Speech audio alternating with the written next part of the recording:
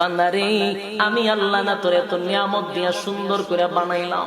এই আসমান বানাইয়া কোরআনের কোথাও বলি নাই আসমান সুন্দর করে বানাইছি, জমিন বানাইয়া কোথাও বলি নাই জমিন সুন্দর করে বানাইছি, গোটা সৃষ্টি জগৎ বানাইয়া কোথাও বলি নাই সুন্দর করে বানাইছি। কিন্তু মানুষ রে তুই 3.5 হাত তোরে বানাইয়া কোরআনে একটা নয় দুইটা নয় 4টা কসম করে বলছি তোরে সুন্দর করে বানাইছি। একটা দুইটা না 4টা কসম করে আল্লাহ বলছে মানুষ তোরে সুন্দর করে আমি আল্লাহ বানাইছি।